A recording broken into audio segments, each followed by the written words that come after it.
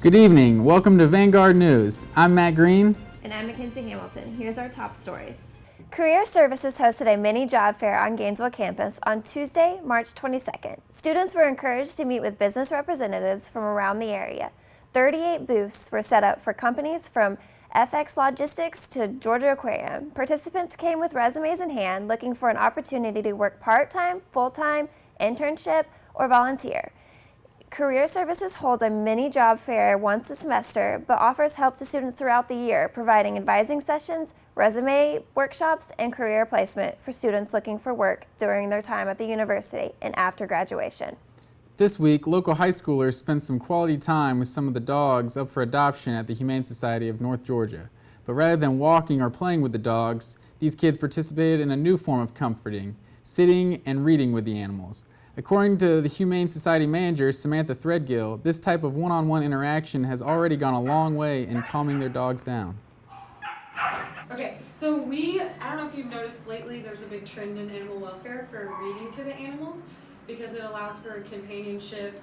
We want to partner with local schools and have the groups come in and read to the animals. And it not only benefits the animal, but it benefits the children because it gives them a good connotation with reading. So essentially they sit right in front of the kennel and read to the animal, and it gives the animal a sense of home and safety and security with someone sitting there spending time, one-on-one time with them. It helps with their socialization and their behavior. A lot of them, it calms them. If you hear in the background, normally that room is really loud. And because the kids are in there reading, it calms the animals, so it keeps them quiet. And it allows for companionship, just like any of our dog walkers. It's the same thing. It's socialization, just in a different form. Ideally, we want to do it on a monthly basis, so we have groups that come in once a month, and maybe 3 or 4 groups that come every month, just to give the dogs that time and companionship. And we actually want to try it with the cats too. The research isn't as much as it is on dogs for cats, but our doctor thinks that it would be beneficial to them as well. For our pet of the week, this week, we went and visited a very loving and playful dog named Kate at her foster home. Kate is a 2-year-old lab mix who's looking for her forever home. She was surrendered to the Forsyth County Humane Society with her 7 puppies back in November. All 7 puppies have been adopted, but Kate had a bit of a setback. She's currently being treated for heartworms and will finish treatments very soon. Kate has also been fully updated on all of her shots and vaccinations. Kate's foster family consists of 3 large dogs and about 20 chickens, which she perfectly gets along with. She's very gentle-natured and loves taking naps. Another great perk about Kate is that she is already crate-trained and is great with children of all ages. If you or someone you know is interested in providing Kate with her forever home, visit the Forsyth County Humane Society for more information. And now we go to Megan Thoss for the weather. Thank you, Matt. Friday will start the same way last week ended, with a high chance of thunderstorms and rain in the morning, but moving to partly cloudy later in the day. Highs will be in the upper 70s with winds out of the southwest from 10 to 15 miles per hour, while lows for Friday night will drop to the upper 40s and low 50s with winds out of the north. Though Saturday and Sunday will be sunny, temperatures will drop slightly due to Friday's thunderstorms. Saturday will have highs in the mid-60s, but this will feel colder because of the winds that will be coming out of the northwest at 10 to 20 miles per hour. Saturday night will have lows in the mid-40s, and finally, Sunday will be the warmest day with highs in the low 70s. But once again, this will feel colder due to winds coming out of the northwest at 5 to 10 miles per hour. And to end our weekend, Sunday night's lows will be in the mid-40s and will lead to an entire week that mimics this weekend. Back to you, Matt.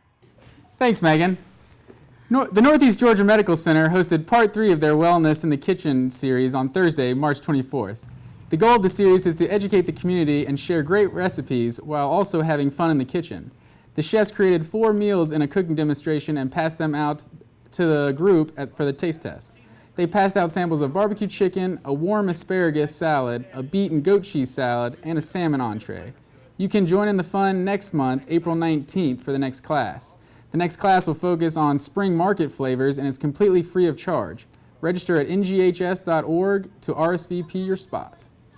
Still fighting for that summer body? According to Huffington Post, 75% of the diet and exercise battle is fought in the kitchen, and it comes from what you're eating. A diet should be made up of simple foods with basic ingredients and varies depending on each individual diet.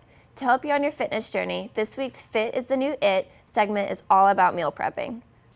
You've been hitting the gym hard, and now it's time to throw out the crappy food and welcome in the good stuff. Hit up your local grocery store. Mostly, stay around the perimeters of the store. This is where all of the non-processed, clean foods are located.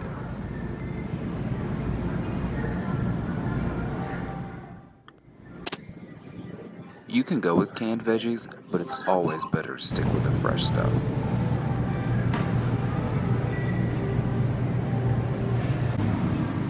Meat sections offer a number of different protein options.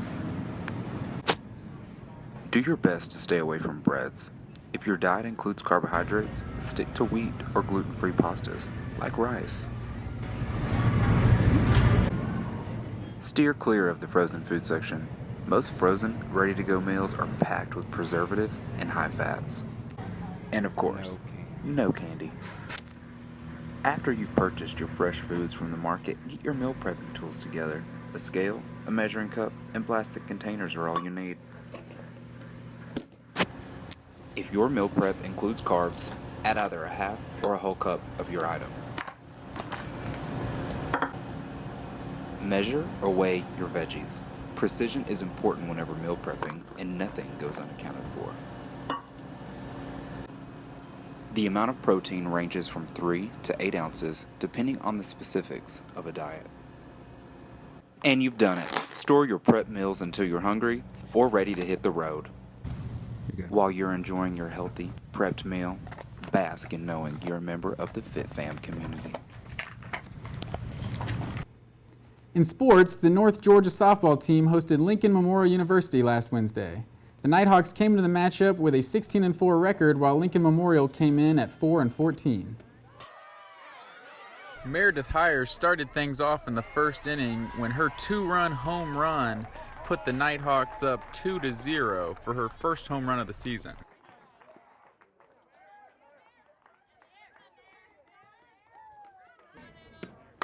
Hannah McSwain got things started in the bottom of the 5th with her leadoff double. Then 3 batters later, Stephanie Hartness's 2-run double brought in McSwain and Megan May to score, putting the Nighthawks up 4-0. But this game was the Courtney Poole show. The senior pitched a complete game shutout, going 7 innings while allowing 3 hits, no walks, no runs, and striking out 8. The win puts Poole's record at 16-0, while moving the Nighthawks to 17-4 on the season. During March Madness, anything can happen. The NCAA tournament has busted brackets again this season. A team that has struggled to rebound all season can suddenly dominate the boards. Players and teams can fall into slumps or heat up just at the right time, and this year has been anything but predictable. But after all the madness, the Final Four is down to Villanova, Oklahoma, North Carolina, and Syracuse.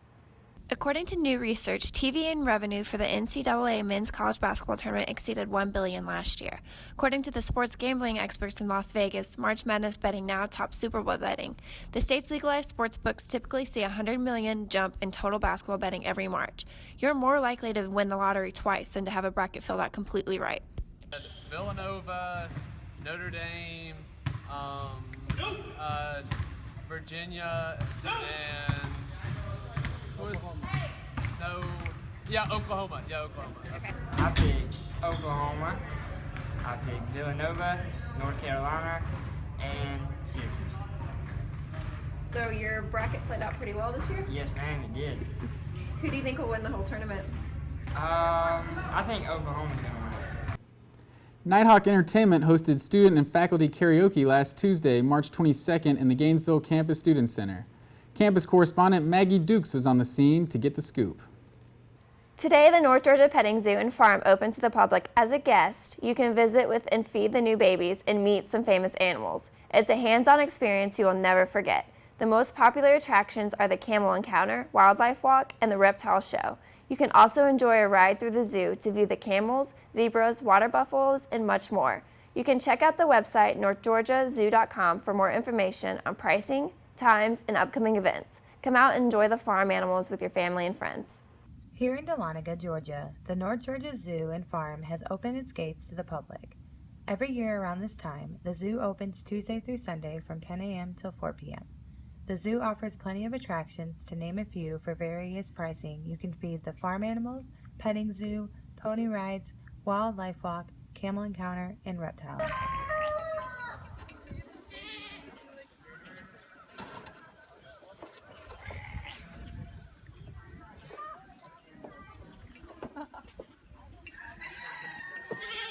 The most popular attraction is the Camel Encounter, as you join a team member on a haystack ride through the farm to learn about all the various animals it holds, as well as its famous camel. The guests are allowed to get off at the end and feed the camel as much as they would like. We'll actually still do that. It's part of our Wildlife Wonders program. And those are all off-site. And we opened up, like I said, about 7 years ago to the public, and only recently has it gotten very popular. People would stop by and be like, "Can we look at your animals?" And we're like, "Sorry about that, can't look at them yet." So that's why we decided to open on up. The zoo holds many animals from all over the world, and if any questions, there is always a team member around.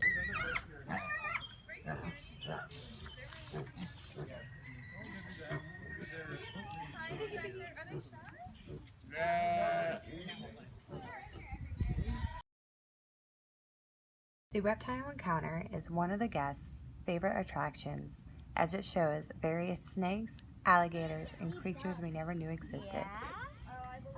The Reptile Encounter is very hands-on and allows the guests to become familiar with these animals. The children especially were amazed by all the animals that were brought out to the public. The zoo will be expanding and will be getting their very first large animal this year. Come out and enjoy the zoo as it is open all season. Batman vs. Superman was released in theaters nationwide last week. Fans finally had their answer to who would win in a gladiator match between the two comic book juggernauts. The film received mixed reviews from critics, but received mostly positive reviews from fans. The movie grossed $166 million domestically, beating out the box office for Man of Steel, and it remains to be seen if the critic response will hurt the movie's earnings in the long run. Warner Brothers faces competition from movies such as Fox's X-Men and Marvel's Captain America: Civil War. That's all we have for tonight on Vanguard News. I'm Mackenzie Hamilton. And I'm Matt Green. We'll see you next time.